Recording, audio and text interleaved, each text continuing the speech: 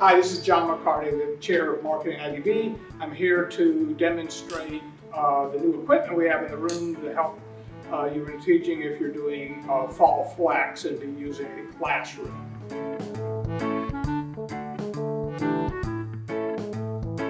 So before we go on with what I would be doing in terms of teaching a class, let me talk about the new equipment that's in the room.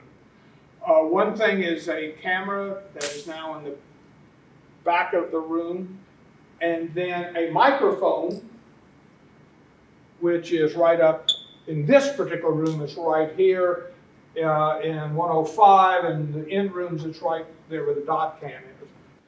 This is the mic right here. It is what is called an array microphone, which means it's a microphone made up of a bunch of little microphones with a computer brain in it that sort of helps it determine where the loud sound is coming from and focusing on that. So it will ideally pick up someone who is speaking with the intent of being heard, as opposed to someone flipping pages in a book or clicking their pen. The last piece of equipment that we put in these rooms that have dot cams is we put in a video capture device for the document camera. If you're teaching in another building, that might be different, but they replace the dot cams that were in the School of Business. You used to have to pull out that drawer and work with that piece of equipment. Those are gone. So the document camera is now here on the desk. The computer sees all of these basically as standard microphones and webcam sources. So you can use it with anything that you can use a webcam and microphone with. We've spoken to people who have said, this is great, I'll use it for Zoom. This is great, I'll use it for Google Meets. This is great, I can use it for Skype. We've talked to student groups who said, this is great, we can come in here, and if we have a student board meeting, we can stream it on my Facebook Live account. So you can use it with anything.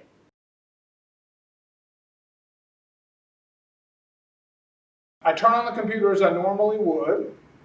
It's going to power up the computer. I punch on this the Crestron control screen that I want to turn on the stuff. The screen will come down as normal. The projector will turn on as it normally has in the past. So the screen will come up, and over on the left side you can choose source, PC, laptop, all those things. Although you're going to generally use the PC. As it turns out, if you're using the camera in the room and the microphone to broadcast out to the students who aren't in class, you can't plug in it won't work with your laptop that you plug in as you might have done before. It only works with the PC that's at the station. So you're not likely to use your laptop, or if you do, you need to share it. It has to sign into Zoom and then be shared as if you were anywhere having a laptop to share. Okay, so I'm getting ready to teach my class. I've signed on, and I'm saying, oh, okay, I want obviously the people who are not in class to be able to see what's going on for the day, so I'm going to go into Zoom. Ordinarily, I would go into Zoom through Canvas because that would be the best way to do it because of your course management system, Canvas. But since there's no course assigned to this, what we're doing right now, I'm going to go into Zoom in a very much more of a typical way by literally signing into Zoom. All right, so now I say join with computer audio. And the other thing you want to do is make sure that the equipment is the right equipment. You want microphone to be the array microphone, Crestron to be the speakers, and for the video, video is the Lumens VC. That's the big camera. So if you might have noticed, the camera is turned on in the back of the room, and it automatically turns off. Like I say, once I go into Zoom, Zoom activates the camera, the mic, or any other application you use. I happen to use Zoom, but if you use a couple of the other ones, it will also activate it.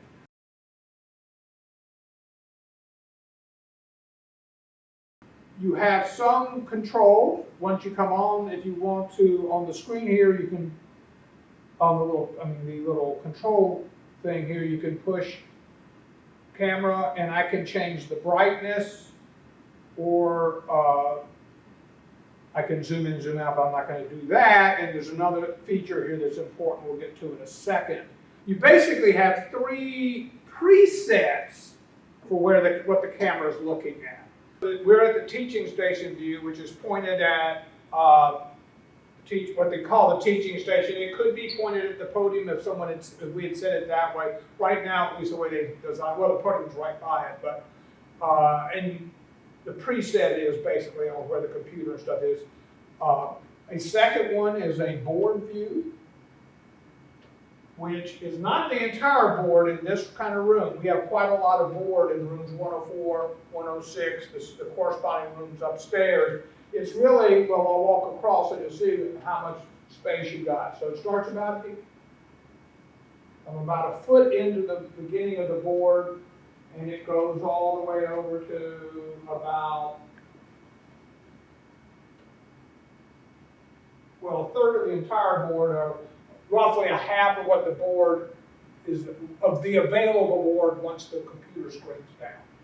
So one of the things you'll have to get used to is probably writing and erasing more than you're used to doing. In other words, a lot of people fill up across the whole board and so on. And it may be that it'll be easier to write and erase in that particular area that is visible by the camera, rather than what you can do. You can pan across. I mean, you can do that, but then you got to play around with these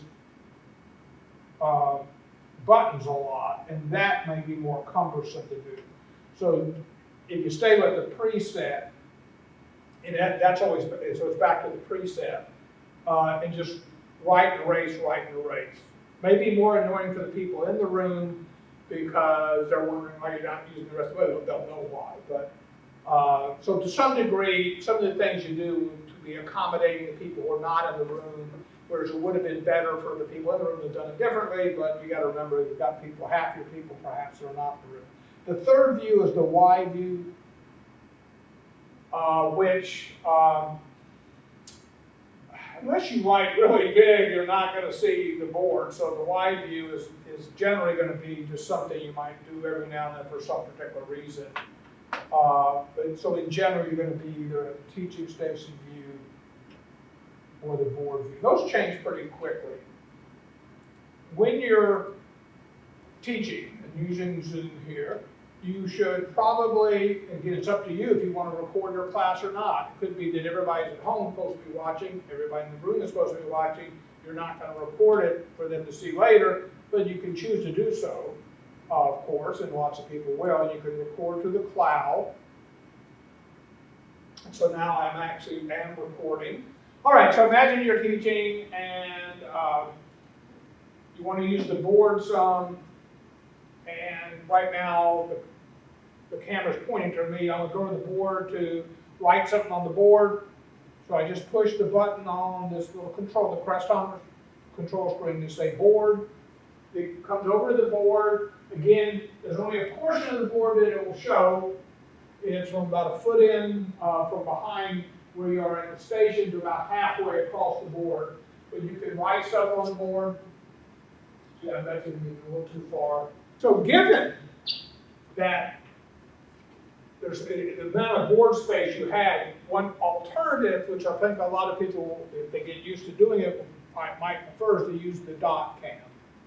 So I'm going to go back to the teaching station view. Here I'm at. The board's just not enough maybe for as much I want to write. I know you economists particularly will want to write a lot of equations out there and use a lot of board space. So instead, one may decide, okay, I'm going to use the dot cam instead. So that's where you go to share screen and you say advanced and you select advanced and you say content from second camera. And then you say share. And what happens there is that the dot camera here lights up. I'm still here in a little small video, a little picture-in-picture like thing.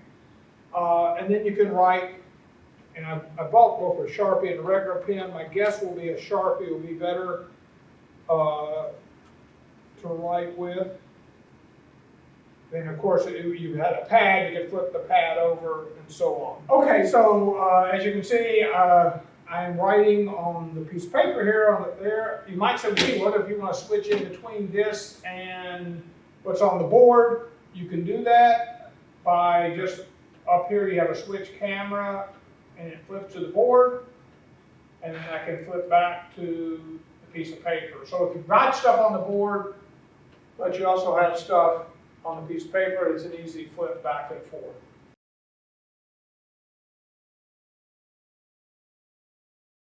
What we can do here is if we go to share our screen, obviously under the advanced tab we have this portion of a screen, which you may or may not find is a better way for you to go. The simplest way to do it is to just select this one that says screen.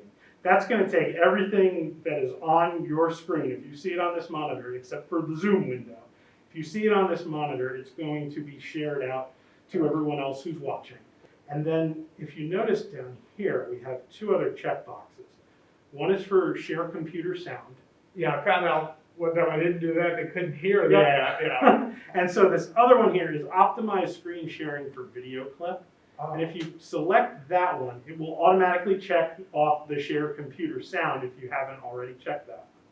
And it sort of arranges the screen automatically for the folks watching at home, so that that window, takes precedence in a nice, clean, full screen view, so that everyone knows this is really something important. We're all going to watch this together and pay attention.